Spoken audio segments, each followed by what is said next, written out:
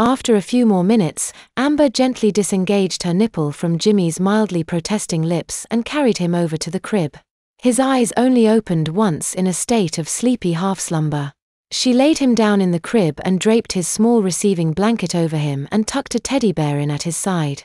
"Good night, Sweetkins," she said as she smoothed the hair on his head. "Aunt Amber will be downstairs if you need her. Just call and I'll come up." Saying this, she switched on the baby monitor mounted to the head of the crib and walked out of the room, closing the door softly behind her. She stopped at the sound control panel beside the nursery door and turned on the music as per her standing orders from KOSON, then went downstairs to watch TV until KOSON came home. She didn't worry about little Jimmy. The baby monitor on the end table beside the couch would let her listen into the noises coming out of his crib. If he fretted or cried, she'd know immediately. She made herself comfortable on the couch and rewound The Witches of Eastwick, so she could watch it without Brad's silly comments. When KOSON got home, she went up the stairs with Amber and checked on little Jimmy before she paid Amber her wages and sent her home. Little Jimmy was curled up in a fetal position with his thumb in his mouth in a deep slumber alongside his teddy bear. They left him as he was and returned to the family room where KOSON paid Amber's wages and called her mother to pick her up. While Amber waited for her mother in the family room, KOSON went up to her bedroom and changed out of her evening gown into robe. Just as she descended the last step of the stairwell, the doorbell rang and she changed direction. She answered the door and ushered Amber's mother into her house. Amber had heard the doorbell at the same time as KOSON and arrived seconds later. The mother and daughter were sent on their way in minimum time while maintaining a maximum of decorum and politeness to allow KOSON shut and bolt her front door against the outside world as quickly as possible. She was dying to see the tapes of Amber with little Jimmy in the nursery. KOSON went to the bar and made herself her favorite bedtime drink as she rewound the surveillance tapes, heated evaporated milk with Kahlua. Sure enough, Amber had dry-nursed little Jimmy as she had expected. When she stopped the motion on the tape and zoomed in on Jimmy's face, she saw the infantine enrapturement on his face. Well, she thought to herself, he's taken care of for the night. I wonder how she fared with her boyfriend. She rewound the secondary tape that covered the family room and chuckled at the sight of Amber's overly macho boyfriend's attempts to seduce her. From the way he acted, he'd be a perfect subject for adoption. He already had an infantile view of the world and the tape showed he was interested in meeting her. While her normal practice was to secure a client before attempting a transformation, she thought she might make an exception in his case. He'd make a darling baby and wouldn't be hard to place. She made a mental note to herself to look into the matter once Jimmy was adopted. After the tape was finished playing, she wiped it quickly with a powerful AC-powered electromagnet she had purchased at Radio Shack and put the tape back in the recorder for the next babysitting job. Then she took her glass of warm Kahlua-enhanced milk and went to bed. The next morning, she went to rouse Jimmy and found him awake and happily sucking his toes while laying on his back in a sopping wet diaper. When KOSON bent over the crib and lifted Jimmy out, the change in environment woke Andrew from the half-fugue slumber his mind had retreated into the night before. Andrew woke from his semi-sweet dream of being suckled by his birth mother to find that he was still in his nightmare of being trapped within an infant's body with an infantile ID named Jimmy in control. This time, however, when KOSON changed his dirty diapers, the feelings of embarrassment and humiliation had vanished.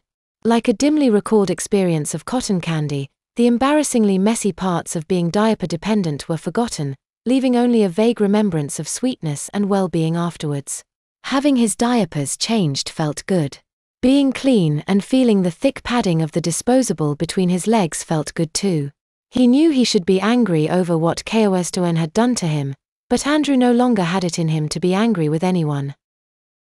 For that matter, Jimmy was also in an excellent mood. He chortled and cooed during the diaper change and was pleased when she laid him down in the crib again while she got a bottle of white grape juice for him. When she returned, she found him as before, with his toes stuck in his mouth and a big grin of oral satisfaction on little Jimmy's face. When Jimmy saw the bottle in her hands, he reached out his hands eagerly.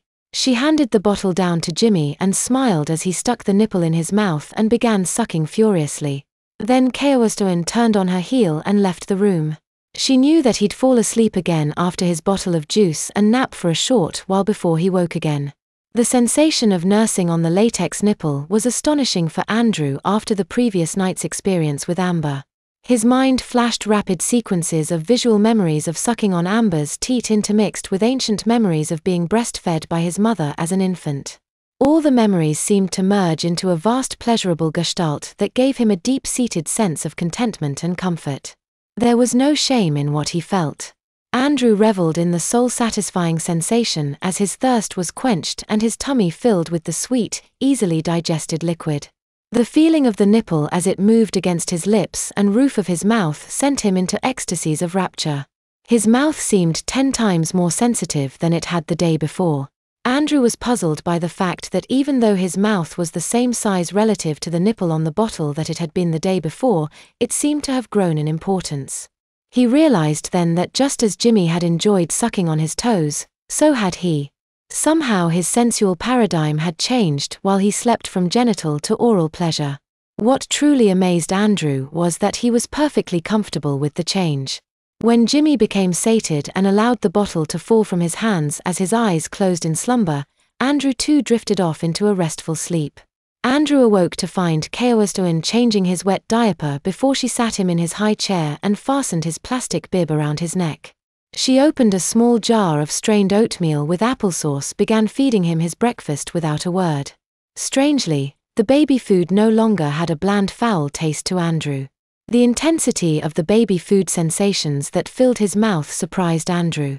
His tongue and even the insides of his cheeks were flooded with exciting vibrant flavors that he had never suspected lay beneath the insipid taste baby mush that he'd been eating for the past week.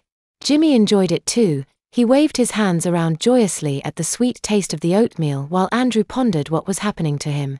He supposed it was somehow connected to how alive his mouth felt that morning and harbored dark misgivings that his newfound liking of baby food was mysteriously connected to his uncontrollable need to dry nurse Amber's teats the night before.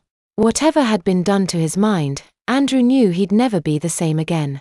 Keowastoin quickly finished feeding him and gave him a small bottle of formula to finish his breakfast.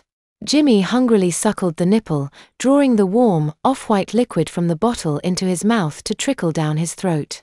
When he was finished, Keowastoin wiped his face with a damp washcloth and laughed when he made a loud belch as she burped him. Then she took him out of his high chair and lowered him into his playpen so he could amuse himself with his brightly colored plastic toys until it was time for his nap.